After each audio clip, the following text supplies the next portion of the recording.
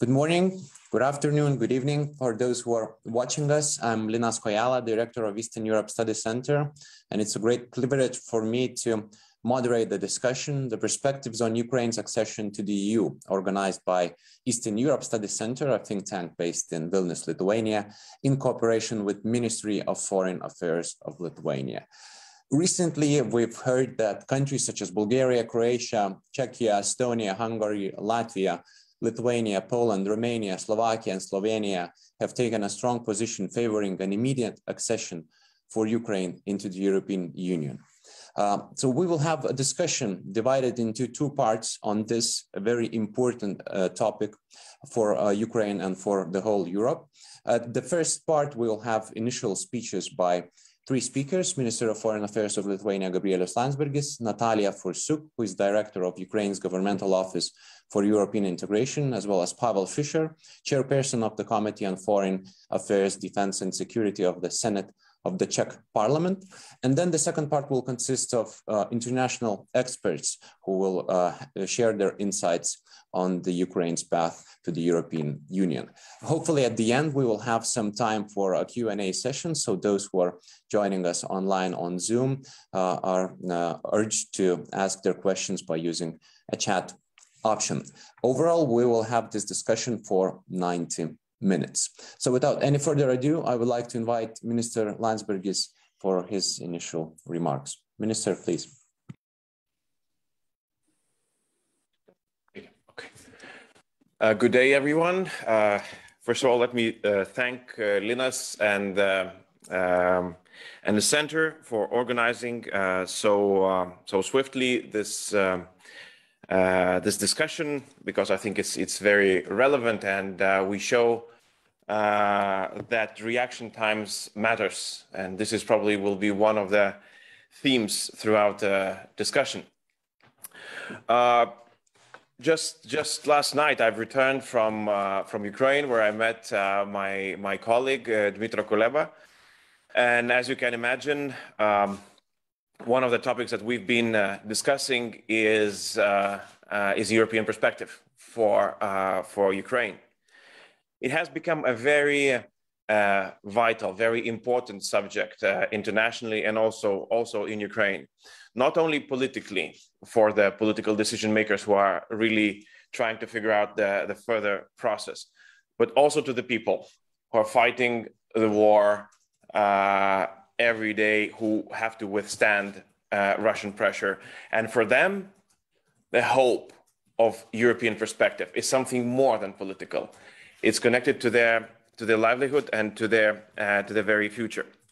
Therefore, I cannot imagine a more timelier discussion about what can be done more in order to further this debate and how to make it practical. So let me begin here. EU heads of states and governments last week in Versailles emphasized that the EU will not leave Ukraine alone, and also added that Ukraine belongs to our European family. It is a historic moment indeed. It is now or never when we have to act swiftly and to support Ukraine, to support their courage on their path to EU. We in Lithuania strongly back Ukraine's bid for the EU membership. We understand that there are well-defined steps of the EU accession process, but it is an extraordinary situation which requires extraordinary decisions. At this moment, before next procedural steps can be taken, we need to think jointly and out of the box about the possibilities how to advance the Ukrainian file further. Even before European Commission delivers its formal avis, it could come up with preliminary proposals on what can be done in short, medium, and longer terms to advance the process.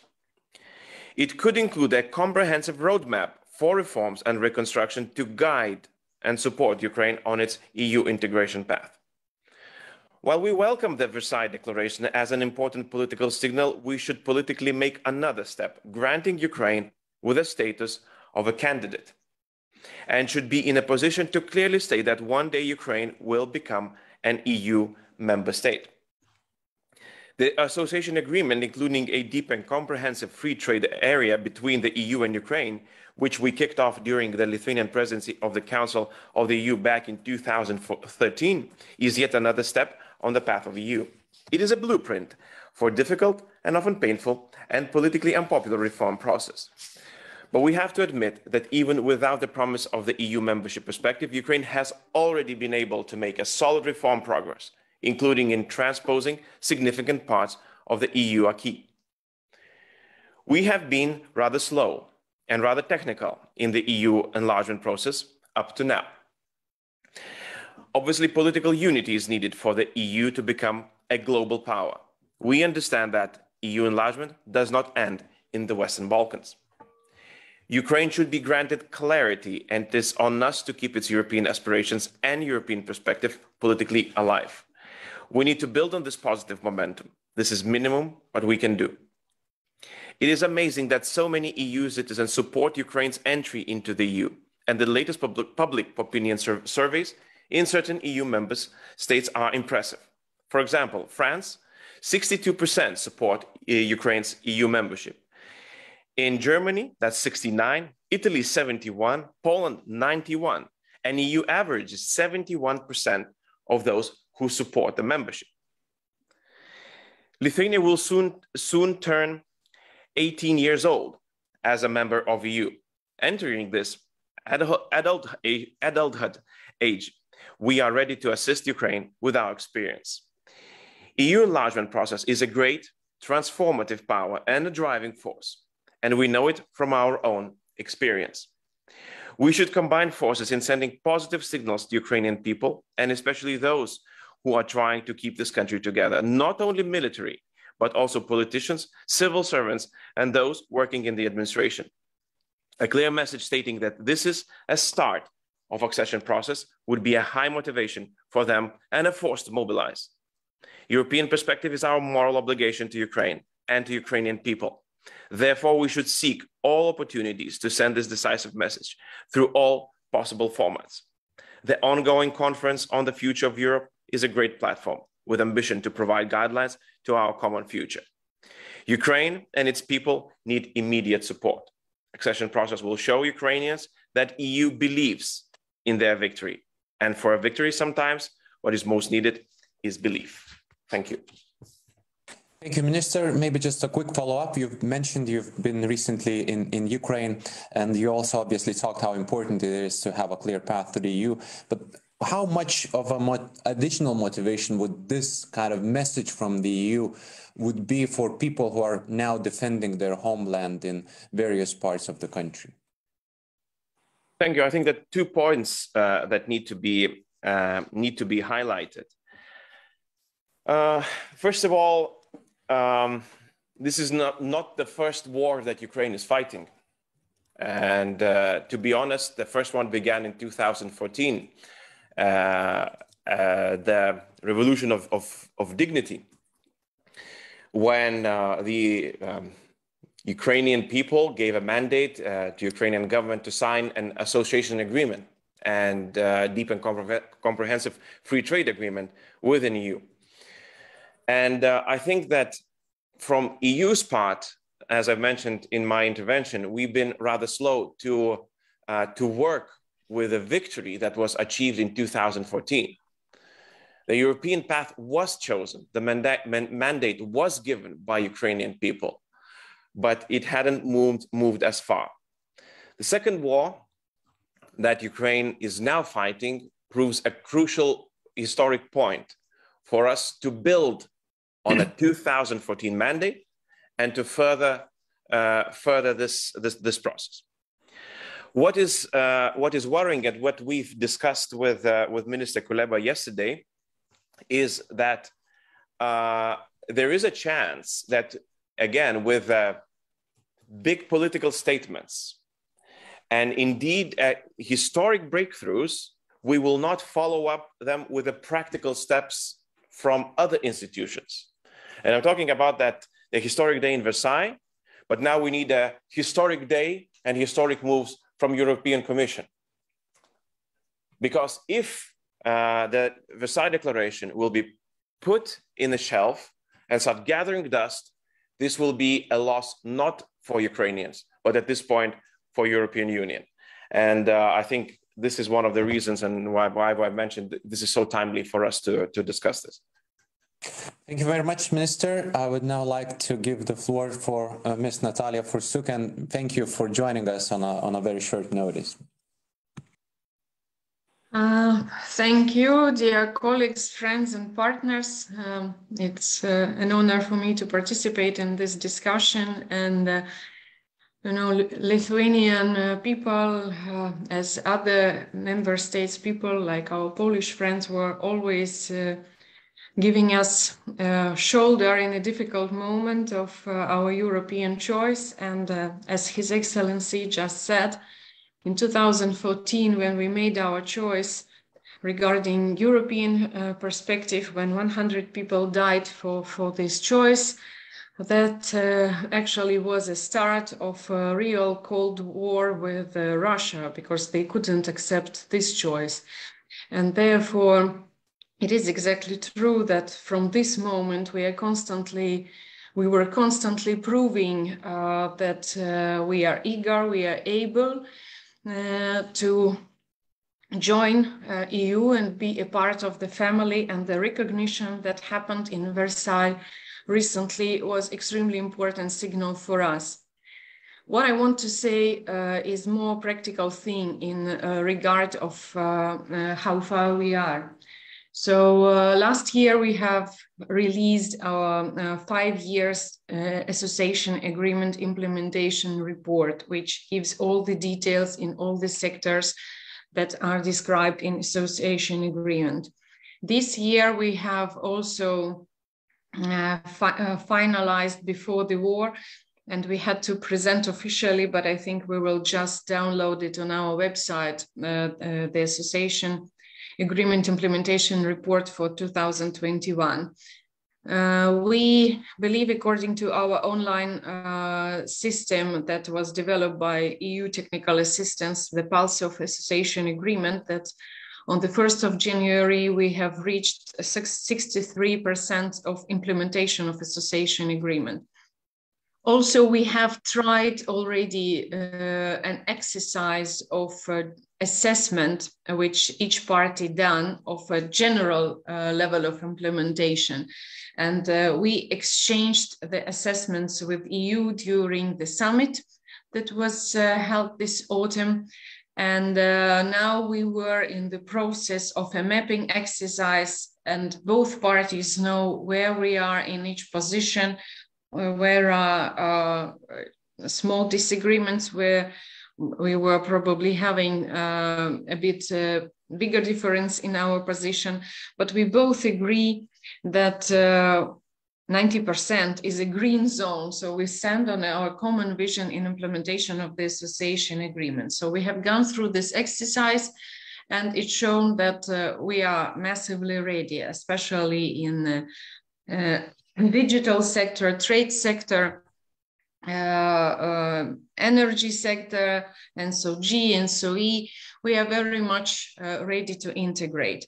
What I want to say now, there is a very good understanding where we are. EU understands where we are. We understand where we are. We understand that we are dying every day for this choice, and there is no space for bureaucracy at this moment, because every day of bureaucracy costs us hundreds and thousands of lives.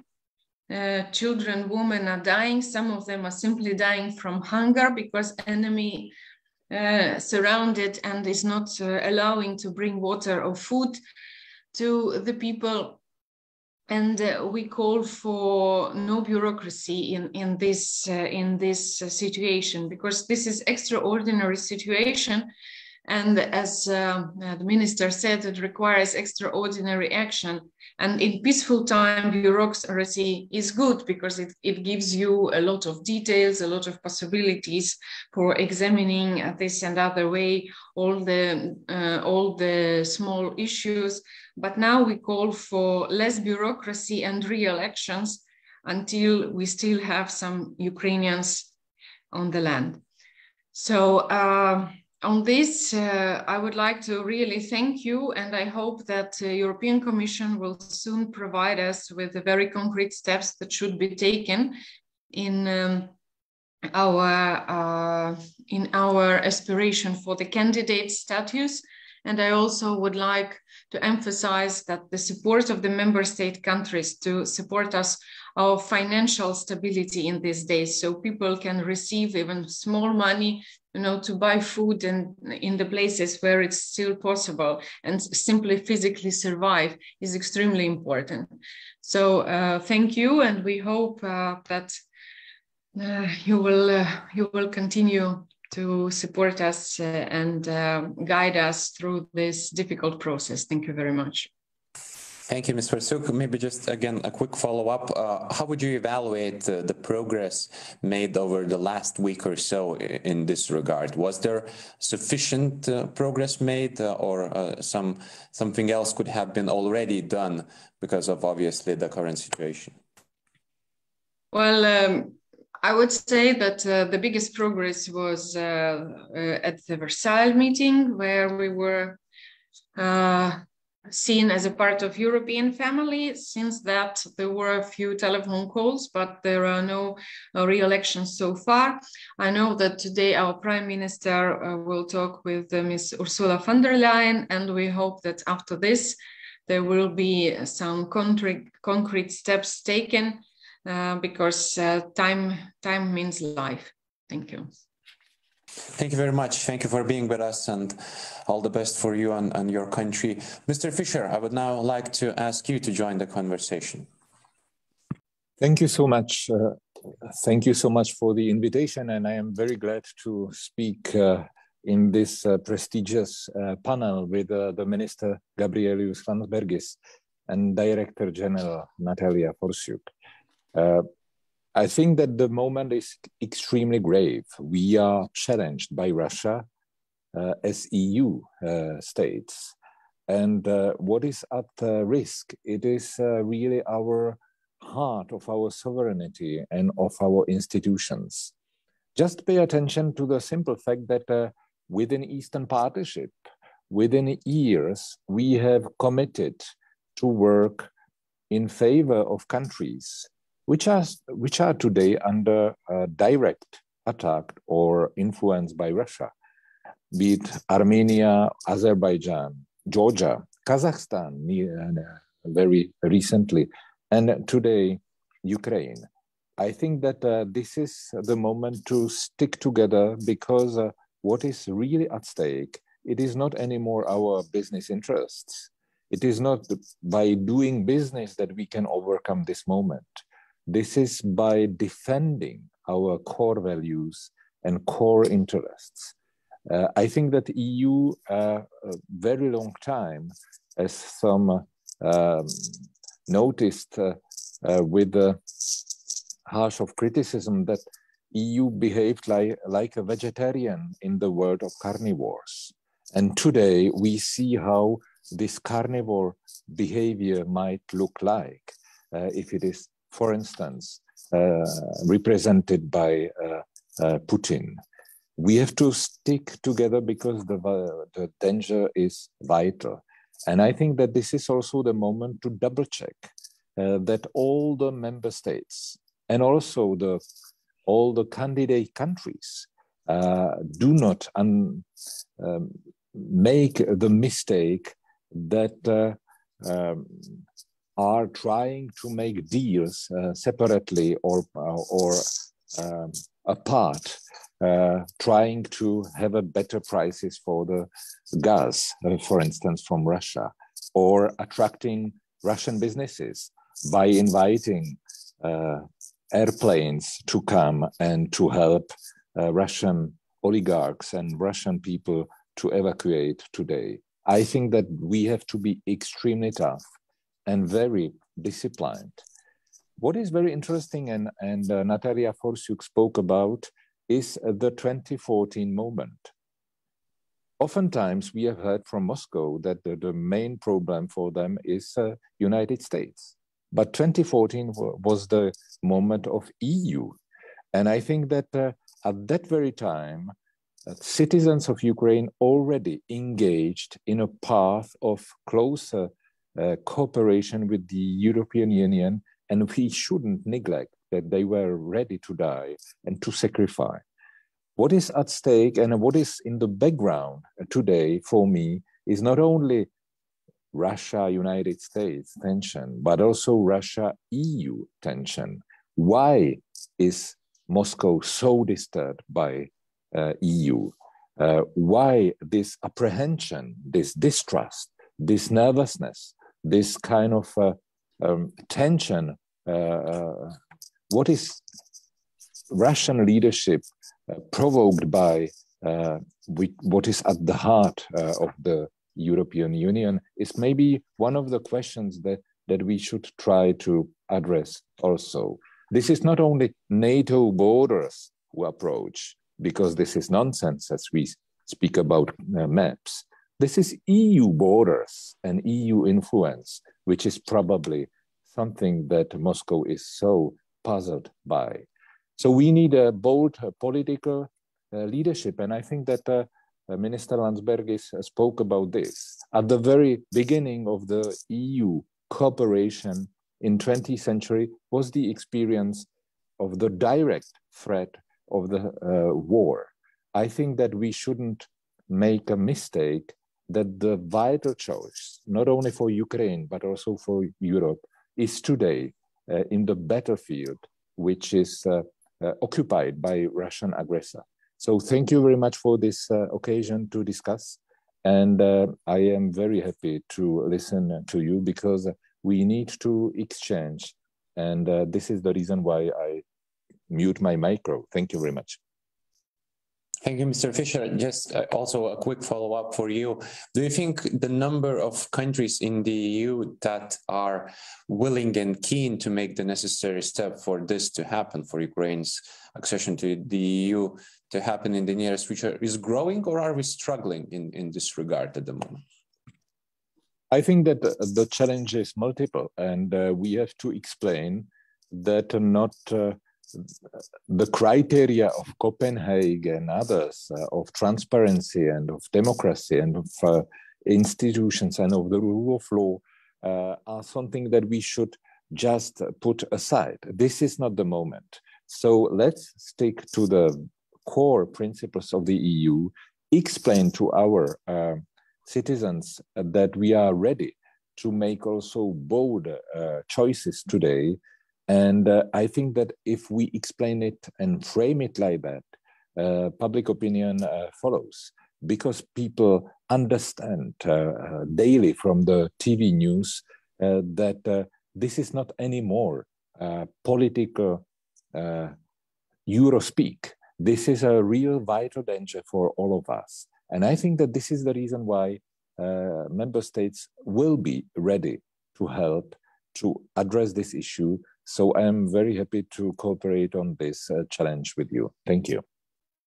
Thank you very much. I would like to thank all of the keynote speakers for being with us and sharing the insights. Now we move to the second part of our discussion. We have great experts who will contribute to this discussion as well. I'll present them one by one. And the first is Lawrence Meredith, Director of Neighborhood East and Institution Building at the European Commission's DG NEAR. So the Commission has been mentioned already a couple of times. So please, Mr. Meredith. Well, first of all, many thanks, Minister, for your inspiring words and for your kind invitation to take part in this very important event. I'd like to start by underlining that, as we all know, the European Union was forged as a peace project from one of the most terrible wars the world's ever seen. And we saw again that actually the European perspective for the Western Balkans came in the immediate aftermath of the terrible wars in the Balkans. So I think, first and foremost, I really want to underline to Natalia and all the Ukrainian people on behalf of the European Commission, as President von der Leyen and Commissioner Várhelyi have made very clear, we all stand with Ukraine. I think we're all very emotional, doing everything we possibly can to help in every way. And with that, let me just briefly underline that we've, with the agreement of the member states, been able to mobilize in record time 1.2 billion euros in macro financial assistance, 300 million already dispersed and 300 million to come, I understand, later this week. We've put up 330 million in emergency support for human security, economic security, energy security, and cyber security. And we're rapidly working to repurpose between 100 and 200 million euros. And I mean, we're constantly looking to see what more we can do to support Ukraine in the following this terrible invasion and Putin's war. And I'm here to say what does it mean, the Ukraine application for membership, and how can we best respond? I think I would very much like to say that it is historic, the European Council at Versailles. I've never seen such a fast response to an application for membership, and perhaps others, Stephen and others, will comment on that. So I think it's important to underline that, I mean, the decision taken by the Council last week and confirmed by the European Council is historic. There's also a very clear embrace to Ukraine in these dreadful circumstances to say Ukraine is clearly part of the European family. So I think the political signals are very strong and clear. And of course, as the Minister very eloquently said, this is just the start of the EU response, and I'm sure there is more to come. In terms of what would happen next, we've been clearly asked to provide an opinion, and as I say, that request came in record time. We're now looking at all the options for what we can do to expedite that opinion. Just for the benefit of all online, what does it involve? I'm sure many of you are familiar with the Copenhagen criteria. Basically, there's three big blocks. There's the political criteria, the economic criteria, and what we call the acquis, the body of European Union law. So what do we need to do next? We need to do two main things. Firstly, every time we're asked to do an opinion, we have to look at how much the EU body of law has moved since the last time we did an opinion. And it does change. It's a constantly evolving, moving target. So we have to rapidly check. There's been lots of progress, for example, on climate issues and a whole range of policy areas. So we have to update what we call the famous questionnaire. And equally, a questionnaire has to be borne in mind with the country, which is the applicant, because each country has its own specificities, and we need to make sure the questionnaire is adapted to the political structures and governance of that country. The last country on which we submitted an opinion was Bosnia-Herzegovina, and of course that's a completely different political structure from Ukraine, Georgia, or Moldova. So we have, there have been innovations. Now we've grouped the acquis in terms of 6 clusters.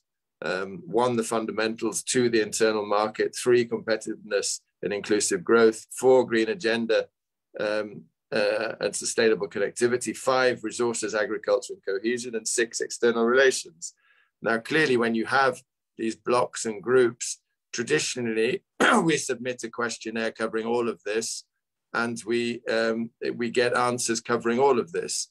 I mean, we're looking at innovative possibilities. I've just outlined that they come in blocks. You know, there is clearly potential, if there's a political will to do so, to look at innovative methods of gathering this information. And I'd like to come back to what Director General Natalia said, which is, of course, we have a lot of information. We reckon that the deep and comprehensive free trade area in the association agreement, if fully implemented, which is not yet the case, covers 70 to 80% of the so-called acquis, or body of EU law. So the report to which the Director General referred does indeed give us a huge amount of information. We're not starting from nothing. We're all acutely conscious that Ukraine's absolute priority is to prevail in this terrible war. And we stand fully with Ukraine. So we, on the technical side, are definitely ready and open to respond to the political signals from our political leaders, and are ready to take this forward because I want to very much underline that we all stand with Ukraine. Thank you very much. Thank you, Mr. Meredith, for sharing your thoughts. I would now like to invite Stephen Plockmans, Director of the Center for European Policy Studies. Thank you very much, Linas, and I would like to thank you at the Eastern European Studies Center and of course the Lithuanian Ministry of Foreign Affairs for inviting me to indeed what is a timely and prestigious panel. I share the Minister's assessment and that of others that this is a totally new situation from where EU enlargement and the debate stood only 1 month ago. The membership applications of Ukraine, Georgia, Moldova are of course presented as a matter of extreme urgency. And as been said, the EU's normal accession process is a long and arduous course. But given that this is not an abnormal situation, I agree that the European Council at Versailles has in fact given a swift and strategic response beyond member states providing weapons to the Ukrainian army and sanctioning Russia. And indeed, due to the big investments made since 2014-15 by Ukraine in implementing the association agreement, and especially the deep and comprehensive free trade arrangements contained therein, whose chapters, by the way, are more or less the same as for the existing enlargement process, Ukraine potentially qualifies as a candidate country, as has been justified by objective facts. And I take note of Director General Forsyuk's figures. In fact, look forward also to the publication of the 2021 implementation report on the government office's website. As far as SEPS is concerned, over the past few years in projects for the Swedish International Development Agency, but more recently for the European Commission's own DG Trade, we've conducted detailed evidence-based analysis which shows that until 4 weeks ago, in terms of approximating EU laws and norms, the 3 East European associated states might in fact be ranked alongside the 4 Western Balkan states that have been granted candidate status, and way ahead of the other 2 Western Balkan states that are not yet candidates. Of course, what the 3 associated states share are the type of territorial disputes and status issues, constitutional status issues that the 2 potential candidates of the Western Balkans suffer from. Now, Ukraine, as indeed Moldova and Georgia, should, to my mind, be fully integrated in the existing enlargement procedures. The snag is, and this has been noted, that these procedures and methodology are themselves, I think, in need of a thorough revision and upgrading. The revised enlargement methodology of February 2020 is, as far as we can see, not generating the momentum that had been expected from it. And whereas I'm not advocating to replace it, especially not if, the opening of accession talks with Albania and North Macedonia get unstuck thanks to the lifting of the Bulgarian veto, the procedure nevertheless needs to be improved to generate the buy-in of member states in support of reform of those countries, and of course assisting the European Commission in its monitoring job.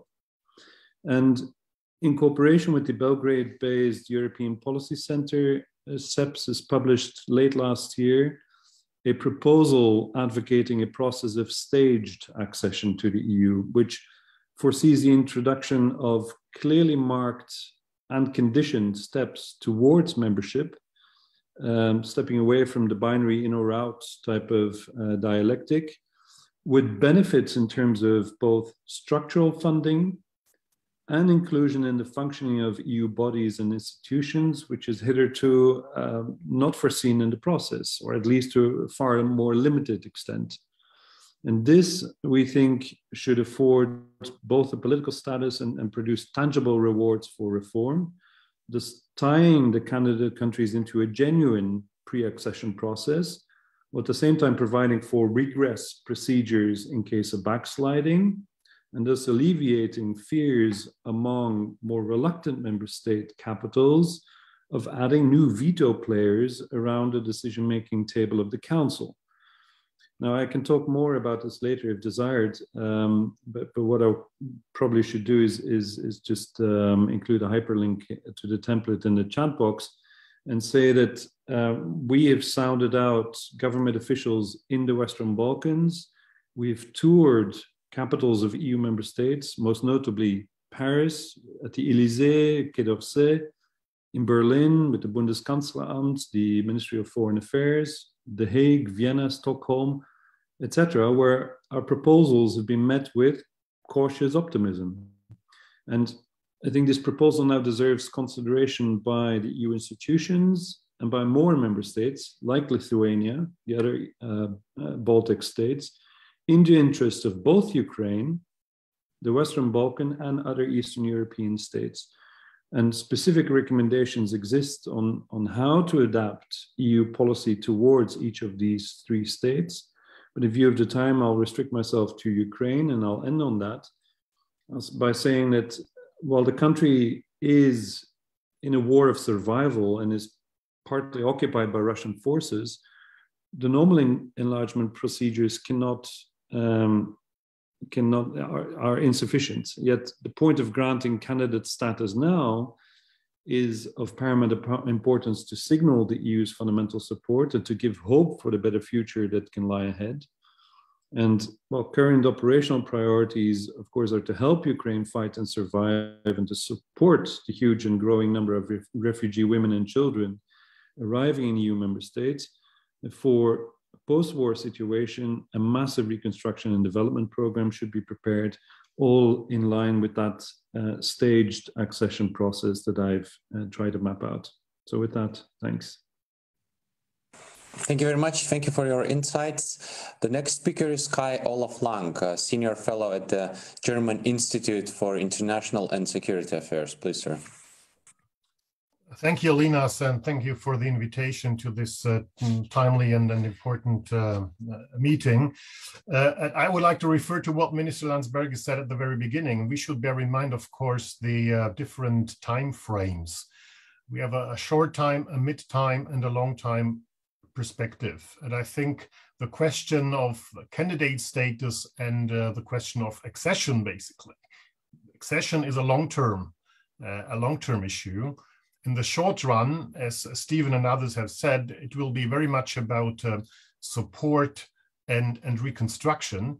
But I think we should very much focus on creating attainable, ambitious, but also feasible objectives in the midterm horizon.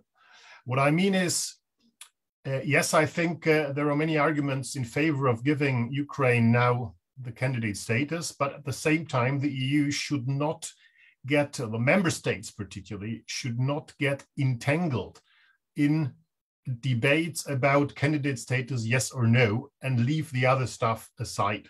So that's something we should bear in mind. And that's why I think it's important, and here would go in a similar direction as Stephen has said it. We should try to define a sort of new consensus on Ukraine among member states, having a sort of ever closer relationship with Ukraine, but also Moldova and Georgia.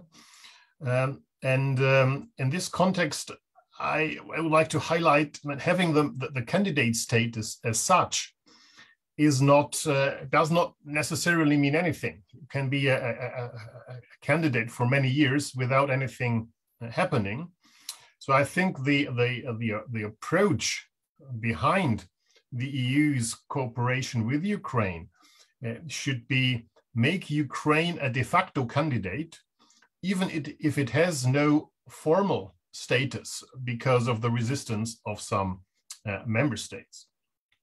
And I think in this context of this kind of attempt to close the gap and have an ever closer partnership, three feasible objectives should be something where also member states should swiftly agree upon. And of course, accession is a comprehensive process, but political realities are always about priorities. And I think it might be important to have three midterm priorities.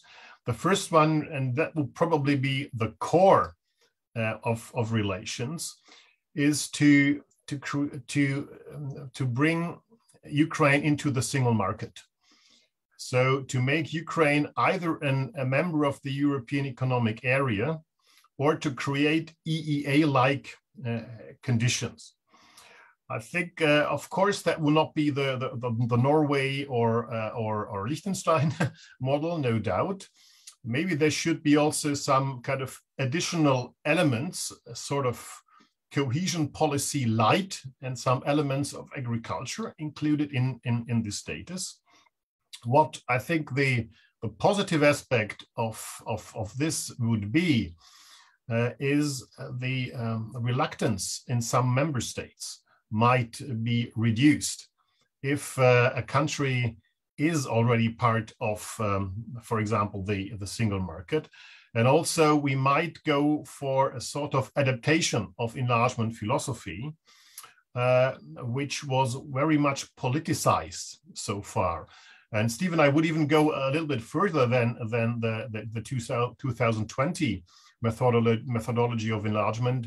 We have the 2006 process. And I think that was for the first time a signal that, of course, and rightly so, the EU wants to have a consistent procedure with tough conditionality, but at the same time, it can also serve as a sort of protection of the EU to hold accession-willing countries at arm's length. So EEA membership or EEA-like conditions as first element.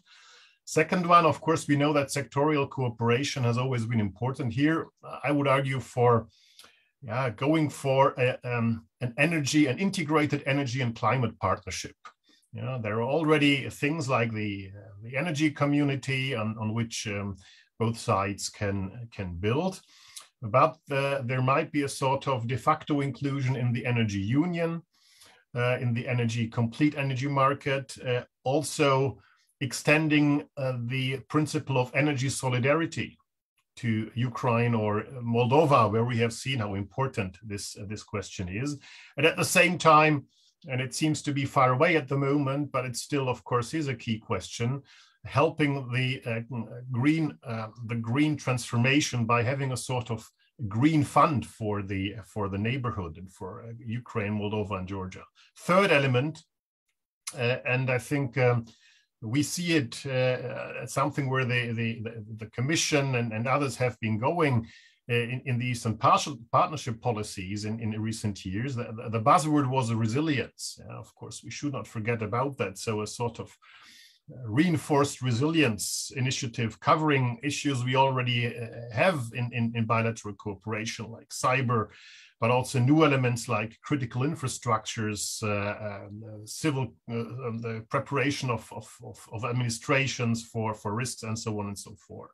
I'll finish by of course pointing out at a lot of challenges the EU and Ukraine are going to face in the course of this ever closer partnership, or even if having Ukraine as a candidate and preparing for accession. That's of course the unresolved question of security. So of course a country which wants to join needs security for various reasons, as we know. So who will do the investment in a country which is under threat, for example? So this is a very specific situation which has to be tackled in one way or the others. I would also say it is true, it's a very specific situation, and the EU should show leadership. But in its internal debate and also in relations with Ukraine, it should signal that there will be no kind of geopolitical rebate. Yeah, for example, when it comes to rule of law, and I'm here quite optimistic. I think the war or the after-war Ukraine will be a country where reforms might be easier in a way than before, because the nation and the political leadership and the political administrative system have shown that they're able to do quite a lot of things. And I think the implementation of reforms and of acquis will be in a way easier maybe than than before. And finally, of course, and I think that has been implicitly also said, I mean, we have the association agreements, we have an Eastern Partnership, so don't forget about that and the boring implementation process. So don't set AA and Eastern Partnership away, but use it as a basis for having this midterm ambitious objectives, and of course for coming closer to accession at some point in the future. Thank you. Thank you very much, Mr. Lang. Just a quick reminder, those who are listening this conversation, you can ask a question using Q&A or the chat option. We have already received some, and we will address them shortly. Now I'd like to invite to speak Ms. Aleksandra Kojala, analyst at the Polish Institute of International Affairs. Please. Yes. At the beginning, I would like to thank a lot for the organizers for this timely discussion. And I'd like to say that in my short intervention, I'll focus on the future of Ukraine accession to the EU, but also on the political and strategic implications of the ongoing Russian invasion of Ukraine. First of all, it should be noted that the recognition of the independence of the Donetsk and Luhansk republics and then the armed attack on Ukraine are not an expression of Russia's strength, but weakness. Over the years, Russia have created several international structures to encourage the former Soviet Union states to cooperate. However, none of them has proved to be successful enough in the long run, whether in economic or military terms, that countries such as Ukraine, but also Moldova or Georgia would want to get involved in. So Russian soft power had failed, and Vladimir Putin decided to subjugate Ukraine to Russia by force. We can now see how he underestimated both the Ukrainian army, the opposition of Ukrainian society, and the collective response of the West, including the European Union. However, Ukraine's resistance is and must further be backed, and I believe that the EU and its member states have an important role to play in this situation. The full Versailles Declaration announced last week by the EU heads of states should be seen as one of the first steps towards recognizing further European aspirations of Ukraine, meaning not only formal launch of the EU accession procedure, but also granting Ukraine candidate status. By its nature, however, the accession process requires a lot of time and commitment from both sides, so that the final agreement could reflect mutual ambitions and needs both on the EU and Ukrainian side. At the present stage, when the situation changes dynamically and Ukraine fights off Russian aggression, the EU should propose a roadmap that would, on the one hand, respond to the Ukrainian needs that may change in this difficult time, and on the other hand, sustain Ukraine's pro-European course prior to accession. The EU's priority should be first and foremost the ongoing support of Ukraine, which would allow it to fight Russian aggression. This could be done not only through deliveries of military equipment, but also through the financial support for Ukrainian economy. The more long-term plan should in turn build on the current association agreement, but not be limited to it. Of course, it is difficult to assess the needs of Ukraine in weeks to come at the present stage, but on the basis of the experience we already gained, the support could focus more on the agricultural sector, small and medium-sized enterprises, digital, and obviously security sphere.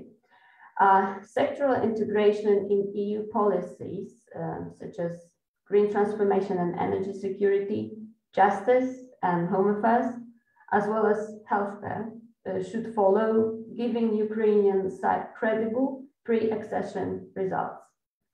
To sum up, it leaves no doubt that by strengthening Ukraine, we are also strengthening our own security as the EU, be it in economic, social, or hard security terms. Russia remains a threat to Europe, and we should do as much as we can to repulse the current attack and reduce the cost of its future implications. There is no way back, but let's first focus on how to support Ukraine to win the war and to grant the accession in future. Thank you very much. Thank you. Thank you for being with us. And last but certainly not least, Mr. Martin Zobrowski, Policy Director at GlobeSec, please. Well, thank you for having me. I think that lots of the things have already been said, so I'm going to keep it short. Just few points, probably 5 very essential points that I want to underline, even if they were mentioned already. Number 1, I think it's important to stress that indeed at the meeting of Versailles, Ukraine has been catapulted to a very different position than it was before that meeting. And let's just think about where Ukraine was vis-a-vis the European Union a month ago, where it is today. Obviously it's a country at war, but at the same time, it is now a very serious applicant for EU membership, and that does represent a historical decision, whether we may be a little bit disappointed with some practicalities involved with this decision. Number 2, there is clearly a resistance, as we know, to granting Ukraine a status of a candidate. There is also a resistance to refer to Article 49, which was very regrettable. There was a reference to vague reference to treaties, but without specifically saying that, Article 49, which says that any EU member state, any European country can apply for becoming a member of the European Union, providing that it meets the standards which are needed there. Where does this resistance come from? And I think this is where when we think about some practical steps, I think we need to concentrate on 2 aspects of this resistance. Number 1, it comes from a skeptical assessment of the enlargement from 2004, 2007, and 2013 in some of the Western European member states. And I'm sorry to say that, some of the countries that that even my home country has contributed to the skeptical assessment. Without saying more on the matter, I think that we are aware that in West European countries, especially in the Netherlands and in Denmark, that skeptical assessment is reality. It's out there. And number 2, what complicates Ukraine's application is the fact that it's considered now together with Georgia, Moldova, and the host of the West Balkan nations. So that means when West Europeans are looking into that enlargement, they are thinking, oh my God, this is about the EU expanding to 3 East European nations and taking on the entire West Balkans in.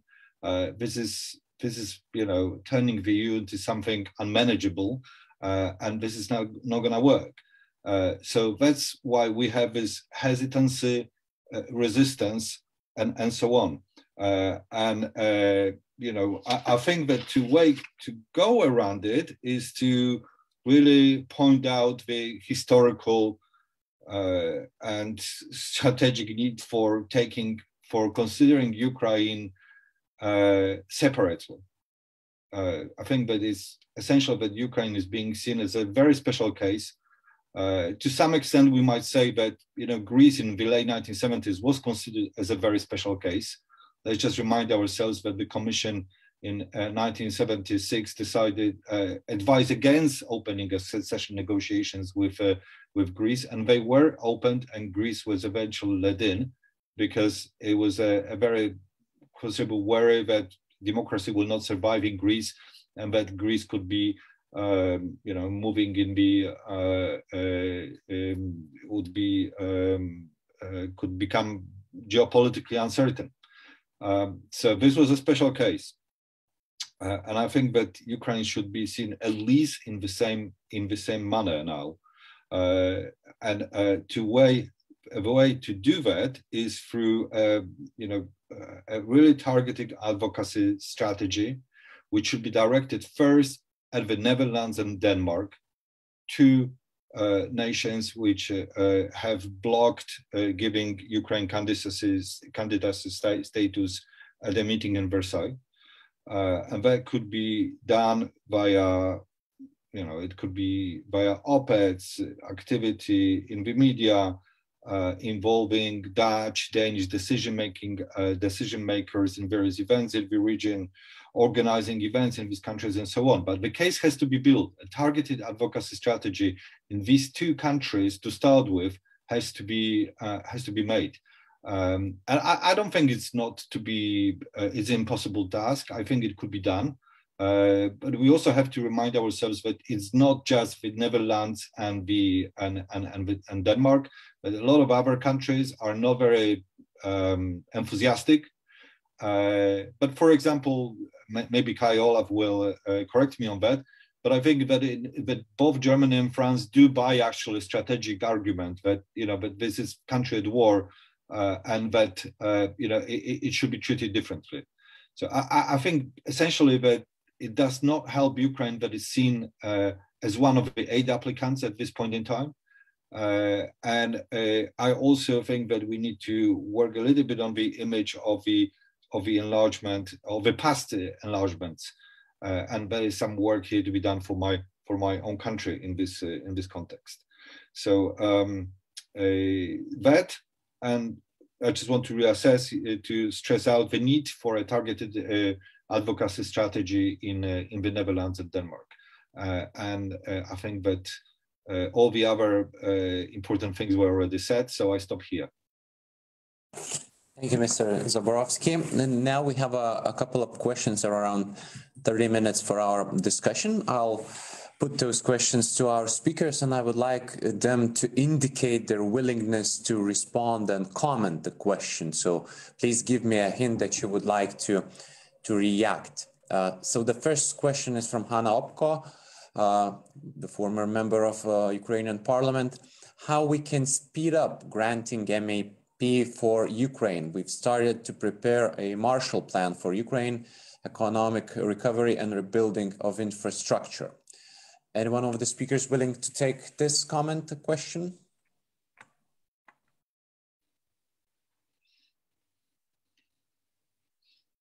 Yeah, I see Mr. Meredith, yeah. Sure. I mean, we've talked a lot about the possible process. We don't yet know precisely what shape it will take, but clearly, I mean, Ukraine's first and absolute priority is to prevail in this dreadful war. That's obvious. But in the context of that, I would like to come back to what Natalia said earlier. An awful lot has already been done and is documented in the Association Implementation Report. So I think there's a lot of knowledge on the Ukrainian side about the process and about the key areas of reforms. And, clearly in the middle of a war, that's the absolute priority. But insofar as,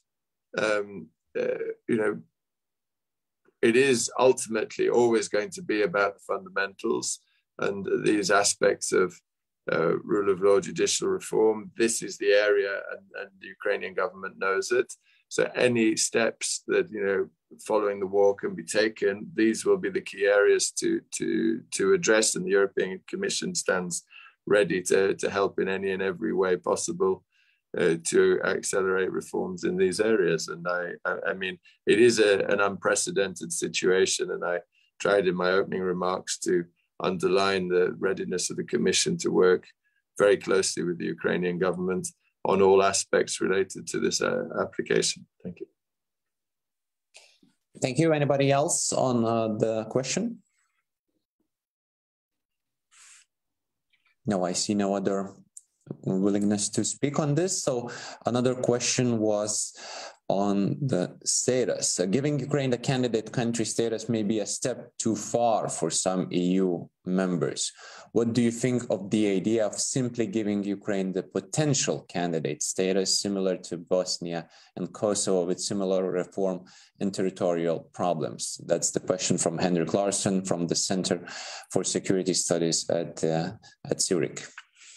Anybody of the speakers would like to respond to this? Yeah, Martin, please. Well, I just think that is not enough. Yeah, I think that Ukraine needs a very clear morale boost at this point in time. It needs to hear from the Europeans that it's but it's being seen as a country who is actually fighting for Europe's very survival. So that case needs to be made, and let's also be honest about like what does it mean to a candidate status. I mean, like Turkey has been a candidate since 1999. Serbia is a candidate member state. Giving a country a candidate status does not mean that it will, but it's a done deal. It doesn't have very big practical implications at this point in time, but it does actually symbolically, it means a great deal. And I think that the EU should just make this step.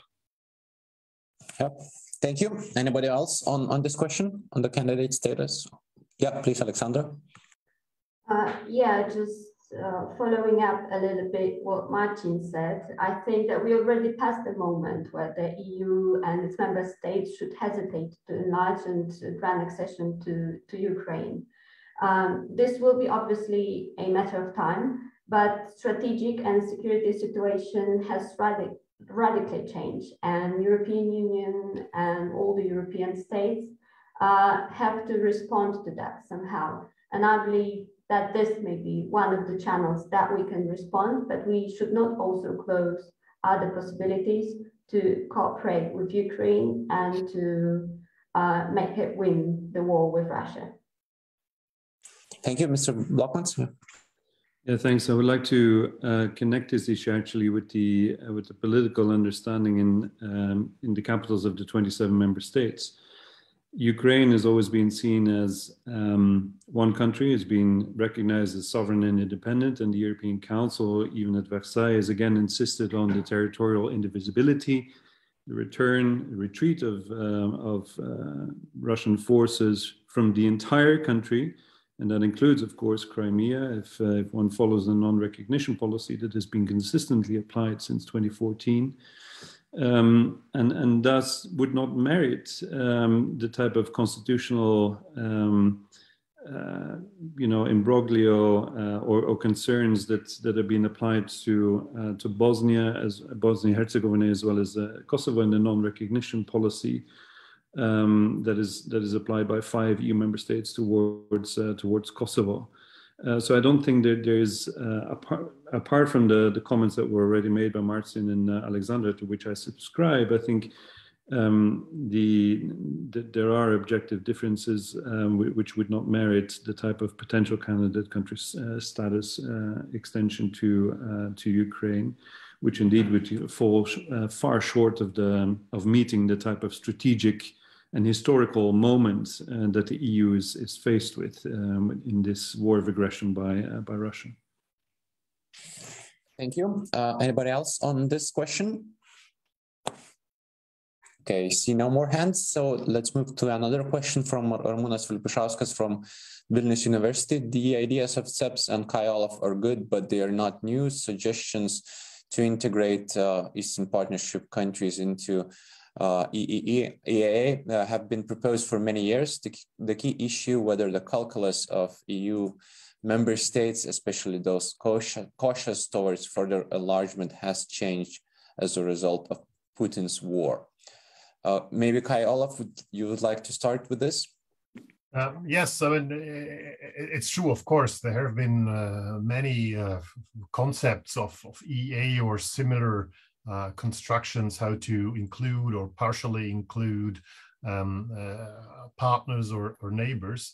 But of course, now that's the moment. Yeah? And my argument, or also the argument of all those who are in favor of such sort of solutions, which are not supposed to replace or to substitute the accession perspective. But the main argument or the main point is that this would open up the opportunity for creating a new consensus, because I think what is key, of course, now is unity. You know, so what if member states continue to squabble? about candidate status, yes or no, and then there will be months and months of debates and nothing will happen. That would be the worst of all outcomes. So I think it might be good to have a sort of two-track strategy to ensure a sort of reinforced perspective. Yes, in the optimum case, accession, but if this is not possible due to the domestic situations in some member states, there should be another thought of an offer, and that would be the second track, and an offer which is acceptable and doable in a way, and also I think something which could help to remove the apprehensions and the reluctance which we have in public opinions in many member states. And I would not be so optimistic as to say the opinion polls we have at the moment, that they will be the same in 1 or 2 years in many member countries. So we need a sort of a sustainable agreement among member states. And I think, working towards integration into the single market, plus a couple of specific components tailor-made to the situation of Ukraine, could help to find a way for this for the new unity the European Union needs. And I would be even more pessimistic in a way than Marcin said, because Marcin, your point was in a way to say that the sobering experience with some of the member states which joined in 2004, 2007 have sparked enlargement fatigue. I think what is called enlargement fatigue has been there even earlier.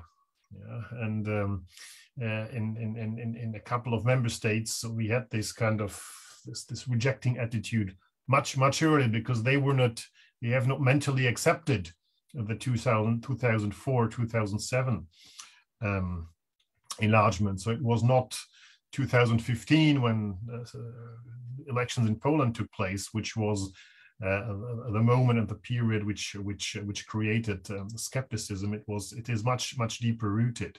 And don't forget, I mean, we had a referendum in the Netherlands on Ukraine's association agreement, right? A successful one against association, and the Dutch government found a way how to accommodate. We can discuss about it, who stood behind that referendum, but to be brief, to say there are even veto players in some member states. There are strong currents which are very reluctant, and we have to work on that. And I think it would be good to create a sort of an informal group of new friends of the associated countries, including member states from Central Europe, from Northern Europe, and of course also Germany, which could try to at least convince and remove basic resistance in some of the countries to have this intermediate option, which would be a basis for later on at least going on, if it is not possible at the moment to send the strong signal which basically would be needed. Thank you. Stephen, as the question referred to you, maybe you would like to add something. Yeah, I would like to fold a couple of comments in response to Ramunas's question. First, I think the idea of EEA membership has in fact been discarded, not just in EU member states, but also in Norway, which of course has a privileged position in that mutually trusted legal framework, which is an extension of the single market already, and which has its own supervisory and judicial structure so as to ascertain, so as to secure rather a dynamic, homogeneous approximation, alignment basically with EU law as it develops through the acquis. EEA membership has been investigated for some of the countries, and of course there's the proposal by ESI there, but we don't see a lot of traction in our own advocacy work about the staged accession process. Two, the idea of an EEA-like inclusion of Ukraine in the single market, possibly through de facto inclusion in all kinds of sectors and policy, and the external differentiation of the European Union, that's already happening. But it's not enough. Of course, it could be ramped up, it could be upgraded. But here I would like to tie that to the question, the mood in EU member states is changing. And I'm not just speaking about the 8+3 Central and Eastern European member states that supported candidate country status of Ukraine in an open letter already last week. It's also changing in Western EU member states. Politico today reports a group of European polling firms in Spain, Italy, France, Germany, Greece, and the Netherlands, finding that there is strong support for Ukraine joining the EU, though Europeans seem to remain unconvinced that it should happen immediately. And this is where, of course, Marcin's point on the advocacy campaign in some of those reluctant member states makes a lot of sense. It's certainly needed. And the governments there need to own the enlargement process. But in the meantime, and there I agree with Olaf, intermediate options are needed. And so the idea of the staged accession model, and where I think it is new, is that it includes a kind of grand bargain, essentially between those member states. France in particular has been reluctant, apart from the enlargement with Greece, indeed, about any type of EU enlargement in the past. It has been reluctant to accept this proposition without deepening the EU and especially reforming its decision-making procedures to make it more democratic, if you want. Larger member states with more populations ought to probably have a greater say in decision-making in the European Union. And of course, the democratic instability that we have seen from newish member states, the one that joined after 2004, has been a lesson learned in that respect, that the EU itself needs to reform. It's kind of less for less conditionality within the membership of the European Union. And I think where the grand bargain lies in this respect is between the exclusion of new veto powers for new member states, and therefore the more rapid introduction of QMV for new member states in the Council as a precursor to what France, Germany, and other member states have advocated for a long time already, which is the mainstreaming of qualified majority voting in Council decision-making. Now, if this happens for new member states, of course, there is the question that this may be evoked as second-class membership. Well aware of that, but so significant trade-offs need to be made, and the qualified majority time or the qualified majority vote for new member states needs to be time capped in case there is no structural reform, treaty reform, which mainstreams QMV in Council decision-making.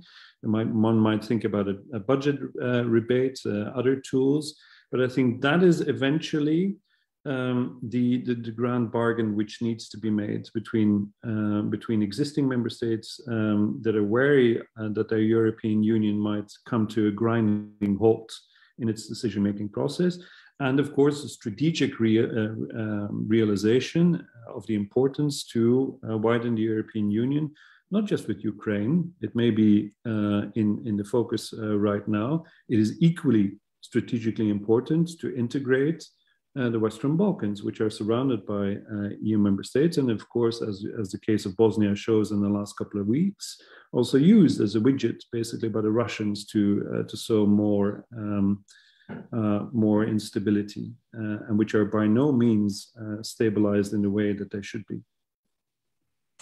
Thank you, Mr. Zabrovsky. Just very briefly, I think it's intermediate measures are fine as long as they are not meant as alternatives. And I think it's just very essential that Ukraine really hears that we treat Ukraine as a future member state. But they really got to hear it at this point in time. And the argument has to be made here to the public opinion in various Western European states that this is a country which is fighting for its survival, and its survival is essential to our own security. If Ukraine does not survive, then our security will be very much under question. I don't think it's that this argument is really fully made it through to decision makers in the Netherlands, Denmark, and so on. But hopefully, it already made it through to the public opinion in these countries. I mean, as we've seen in these opinion polls, it seems like that public opinion is more accommodating, is more open, is more forthcoming than decision makers in those countries. They seem to be far more conservative. Yeah? So I think that there is a scope here for an effective advocacy, and I think it could be a successful one. Thank you, Mr. Meredith.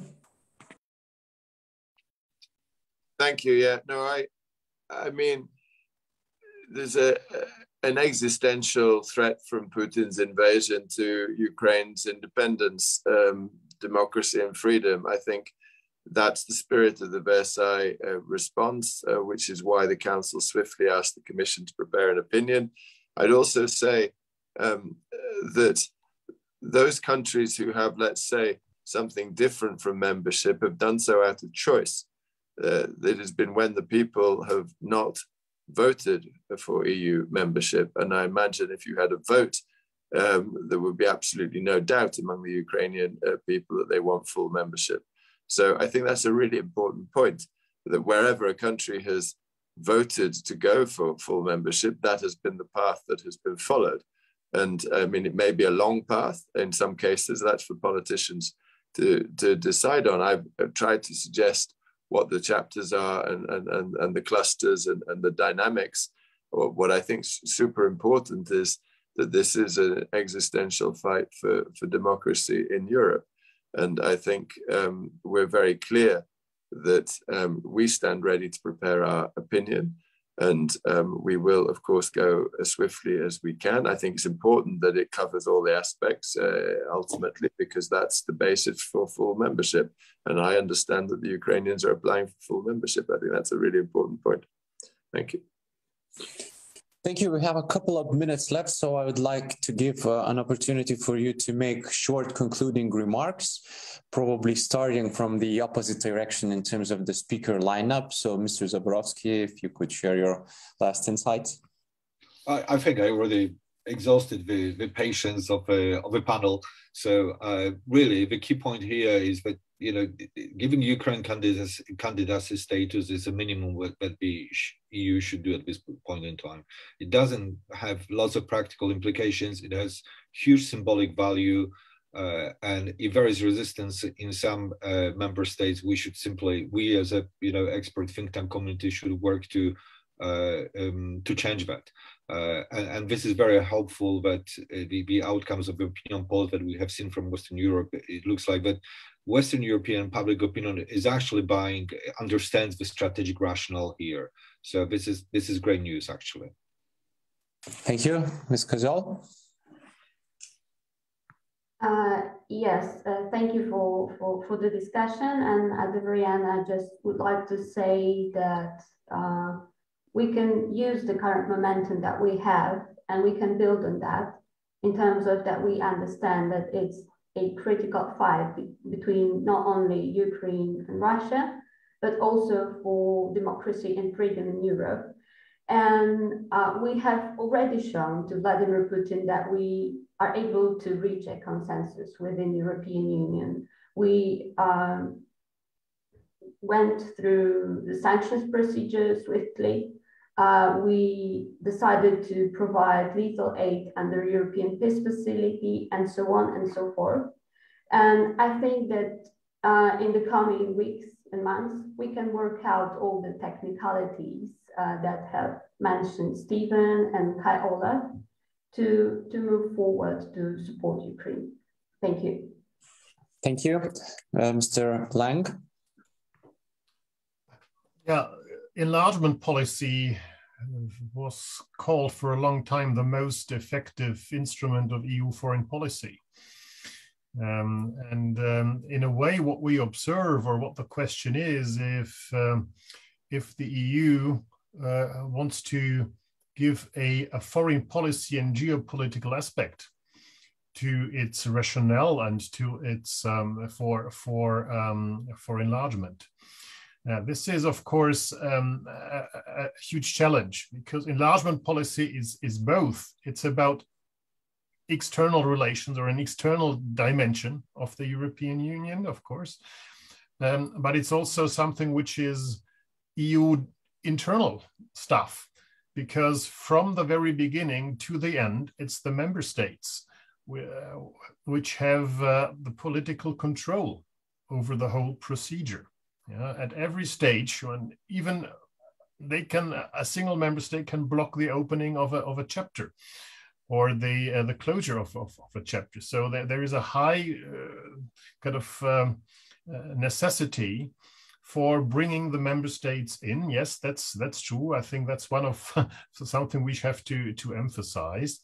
So I think it will be important to create a critical mass of a coalition within the European Union, which ensures a new consensus for, of course, triggering the whole process and having the status cleared, but also for later on moving on with the process. And maybe I repeat myself, my argument is, and here I'm a bit conservative probably, that a sort of realistic in-between solution would be easier to be accepted by member states, because, as I said, the EU should avoid to block itself now and to get entangled about philosophical debates, and to neutralize itself by the candidate question. So candidate question, yes, it's important, but we also have to have an attractive, acceptable midterm proposal, which is backed by the member states. And I'm a bit more conservative than Stephen probably, because we should avoid to tie the process, and that's an old debate, as we all know, to the condition of treaty reforms. Maybe the window for treaty reforms now is opening up, also in given the war, but it's not a given thing. So I think we should have the sort of this in between or intermediate offers and constructions.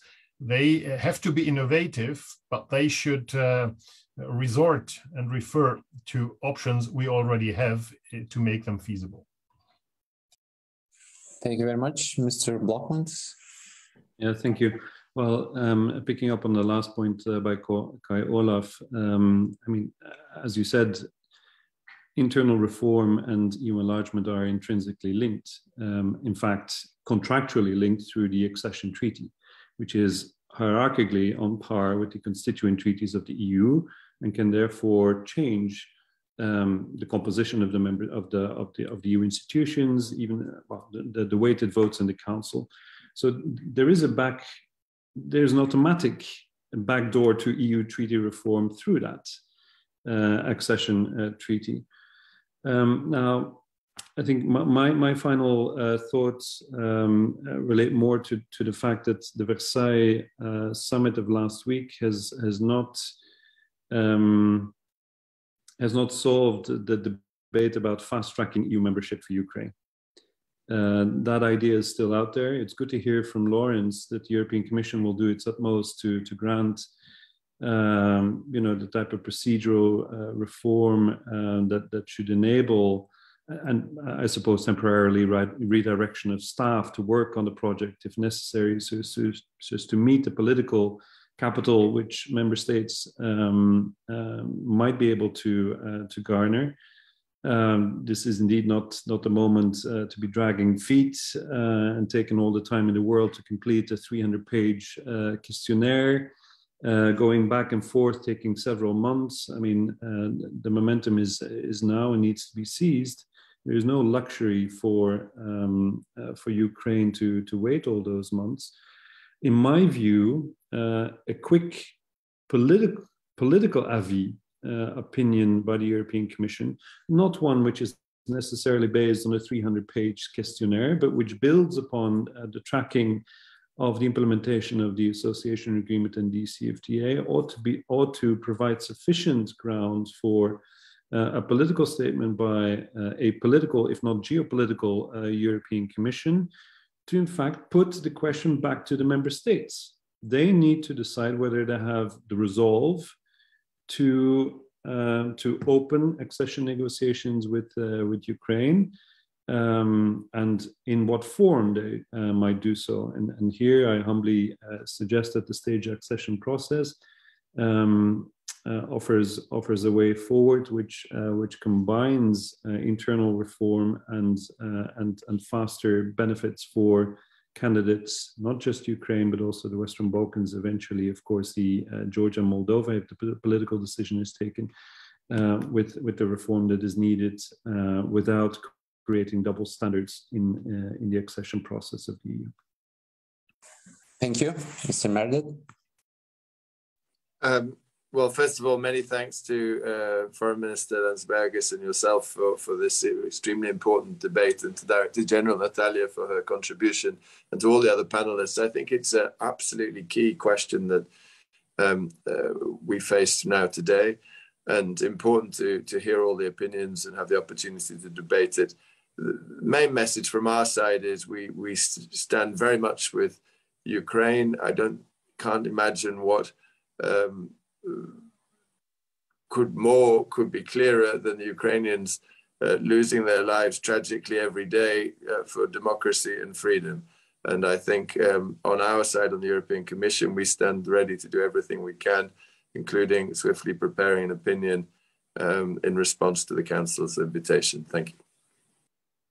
Thank you very much. We're actually perfect on time, which probably is a good sign for all of us. But surely, thank you all for joining us, for sharing your thoughts and insights. I imagine it's not the last time we meet and talk about this, but hopefully the Ukrainian people will be joining our community as soon as possible. Thank you very much. Thank you for those who are watching us online, and see you next time. Thank you very much. Thank you. Thank you very much, Linas.